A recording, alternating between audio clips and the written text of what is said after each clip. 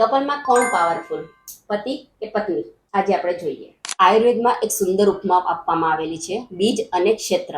જેવી રીતે જમીનમાં બીજ વાવીએ છીએ ત્યારે જમીન જો ફળદ્રુપ હોય તો જ બીજ અંકુરિત થાય છે.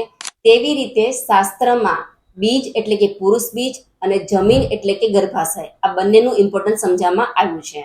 જો જમીન એટલે કે ગર્ભાશય ફળદ્રુપ હશે અને બીજ પ્રોપર હશે તો જ ઉત્તમ સંતાનની પ્રાપ્તિ થાય છે.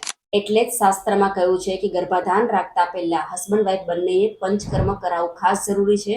પંચકર્મ દ્વારા શરીરના બધા જ દોષોને બેલેન્સ કરી શકાય છે અને શરીરને સ્વસ્થ બનાવી શકાય છે. સાથે સાથે મનને પણ સ્વસ્થ રાખવું એટલું જ જરૂરી છે. આ ગર્ભાવસ્થાની પૂર્વ તૈયારી કરવી ખાસ જરૂરી છે. માટે જ આયુર્વેદ શાસ્ત્રમાં પંચકર્મનું વર્ણન કરવામાં આવ્યું છે અને એનું ઇમ્પોર્ટન્સ સમજાવવામાં આવ્યું છે. તેથી યાદ રાખો, બાળકની શરૂઆત એક ક્ષણથી નથી થતી, પરંતુ પૂર્વ તૈયારીનું પરિણામ છે. શું તમે તમારું ક્ષેત્ર શુદ્ધ કર્યું અને બીજનું શુદ્ધિકરણ કરાયું?